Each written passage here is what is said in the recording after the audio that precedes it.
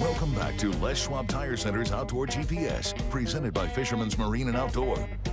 Welcome back, everyone. We're joined in the studio by David Johnson, owner-operator David Johnson's Low-Holing Guide Service. I just give him a hard time for that. It was actually one time in the garbage hole, and I'll never forget it because that's just how petty we are as fishermen. But we got a question for you, okay? This is Brian from Tillamook. I guarantee you two have run across each other. But Brian, real quickly, my friend, I'm running out of time. What's your question for everybody? Well, it's the diversity of steelhead, the elimination of the A47 run from the Alsea up to Nicanicum and going into broodstock. I'm a big fan of the broodstock program, and I wanted to ask Dave what he thought about it. By the way, Dave, you're the gentleman of gentlemen. He says, if you can't hear him, I can't hear him. Brian says that you're the gentleman of gentlemen, so he obviously doesn't know you. But his question was about the switch from the previous stock of hatchery steelhead to the brood stock programs. What's your feeling on that transition from those previous stock of fish to now brood stock? Well, unfortunately, we pretty much lost our Christmas vacation steelhead fishery. No question. Yeah. So, but they do spread out. The earliest brood stock I've ever caught was the 1st of December. The latest one was May 15th. Wow. So they do spread out. They're all throughout the season, but mostly it's a January, February, and March. Okay. So it's just pretty much shifted. You know, now you can go down to the Wilson on December and maybe be a couple of boats on the river, but you go in January and February, and there's going to be 50 boats on there. Yeah.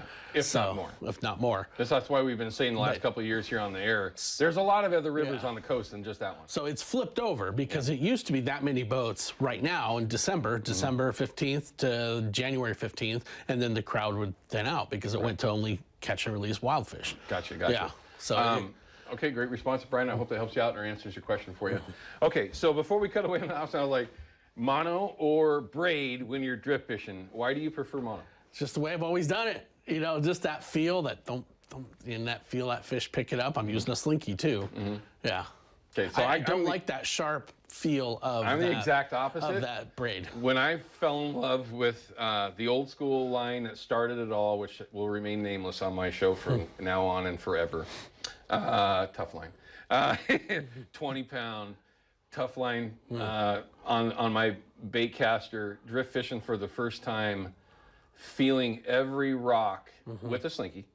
Because, by the way, pencil lead was too much. It was too much information coming through with that braid on there. Yeah. I could feel everything, and I just let the rod do the work. That's where that rod kind of came in once you hook the fish. So that's why I had to ask the question. I use a lot of that.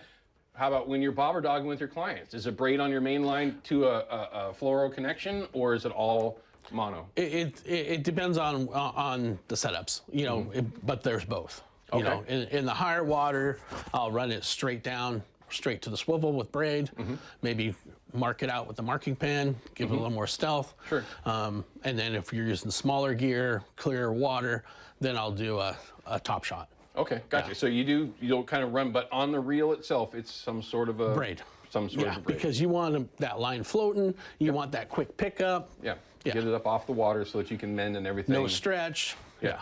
Huge difference. Yeah. It's nice to have a little bit of technology that's out there, but don't forget old school. When he said that if he were to go fishing right now, this week, after everything turns over, a float rod and a drift rod, there's a reason for that.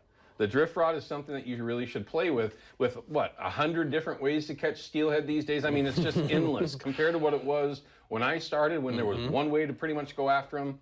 And the only floats we had were round corks that we take a stick and jam in there in order for it to stay on the line. That's not what we did for steelhead. There is a reason why it still works to this day. Okie drifters, corkies, yarn by itself, fishing a corky by itself. Mike, also known as a pill, chasing steelhead, which is also the beginning of bead fishing that we love so much now. Okay, so I always got to ask, selfless plug, what's it like for you going into your winter steelhead fishery that's going to be, what, starting in January? Yeah, it's pretty, I got a few, openings. I haven't called up and rebooked my repeat customers yet. Just, I've been on vacation and everything like that. So I do have, especially in February. In February? Yeah. Okay. If you get January, it all along the coast, or do you do anything close to town here at all, or is it all on the coast? All on the coast. Gotcha. Yeah. All right, so there you go. Great opportunity just to talk with one of our true professionals here in the Northwest about winter steelhead, some insight there that might help you be more successful. Take that Chevy Silverado tech tip to heart. There are ways that you can be more effective with your quote-unquote steelhead eggs and quote-unquote salmon eggs in changing some of the process and how you actually put those eggs up. Now, if you're like me and you lost all your eggs, you rely on friends that might help you. It's good to see you, man. Thanks, Happy. Take care. All right, everyone, we'll be back in just a minute to wrap things up.